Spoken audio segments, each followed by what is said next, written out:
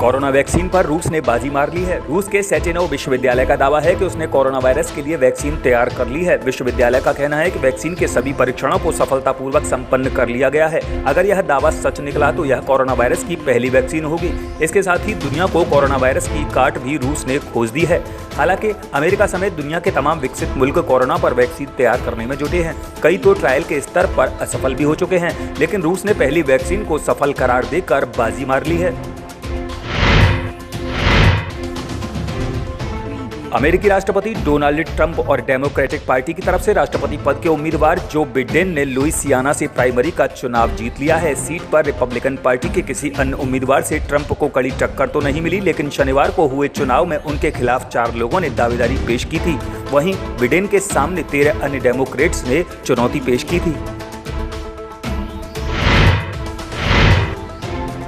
कर्नाटक में corona virus के मामलों में लगातार बढ़ोतरी हो रही है। वायरस के बढ़ते मामलों को रोकने के लिए सरकार ने लॉकडाउन लागू कर दिया है। वहीं कर्नाटक के पर्यटन मंत्री सी.टी. रवि ने रविवार को कहा कि उन्होंने कोरोना वायरस के लिए सकारात्मक परीक्षण किया है। राज्य में कोरोना की चपेट में आने वाले रवि पहले मंत्री हैं।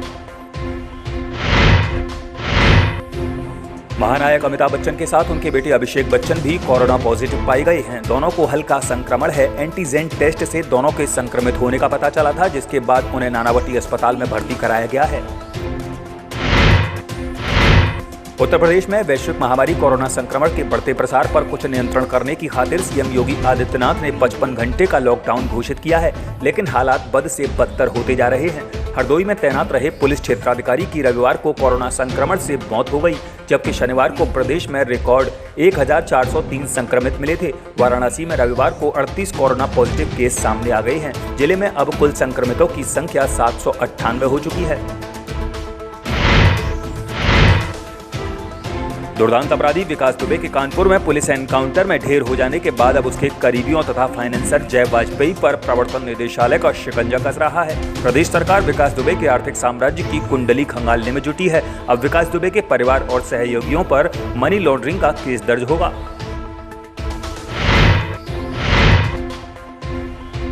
मध्य प्रदेश में कांग्रेस को एक और बड़ा झटका लगा है। कांग्रेस विधायक प्रद्युम्न सिंह लोधी ने भी पार्टी को छोड़ दिया है। लोधी ने शिवराज सिंह चौहान की मौजूदगी में भारतीय जनता पार्टी की सदस्यता ग्रहण की है। सीएम शिवराज सिंह चौहान से मिलने से पहले प्रद्युम्न सिंह लोधी पूर्व सीएम उमा भारती से मिलने उनके आवास पर गए थे। राजस्थान में राज्यसभा चुनाव के दौरान विधायकों की खरीद फरोख्त को लेकर शुरू हुई सियासत ने उथल पुथल बढ़ा दी है। खरीद फरोख्त में शामिल होने के आरोप में 3 निर्दलीय विधायकों के खिलाफ केस और 2 अन्य की गिरफ्तारी के बाद दिन भर कांग्रेस भाजपा में आरोप प्रत्यारोप का दौर चलता रहा। रात होते होते कांग्रेस के 16 विधायक मानेसर के होटल और 5 के दिल्ली पहुंच जाने से गहलोत सरकार संकट में आती दिख रही है। इनमें कुछ निर्दलियों के भी शामिल होने की सूचना है।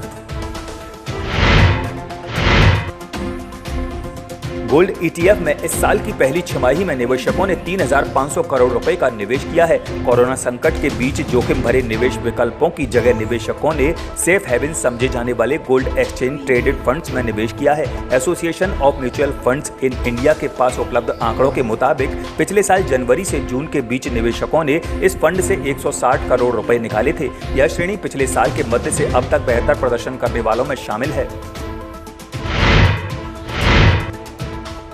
तेल विपणन कंपनियों ने 12 दिन के अंतराल के बाद रविवार को डीजल के दामों में बढ़ोतरी की है। विभिन्न शहरों में डीजल के भाव में 16-18 पैसे प्रति लीटर की वृद्धि देखने को मिली। हालांकि पेट्रोल के दाम में किसी तरह की बढ़ोतरी नहीं की गई। दिल्ली में पेट्रोल की कीमत रविवार को 80.43 रुपए लीटर पर बनी रही। वहीं डीजल 16 पैसे की तेजी के साथ 80.94 रुपए प्रति लीटर पर पहुंच गया। शहर में डीजल का भाव शनिवार तक 80.78 रुपए लीटर पर था। डीजल पर वैट अधिक होने के कारण राष्ट्रीय राजधानी में पेट्रोल के मुकाबले डीजल महंगा बना हुआ है।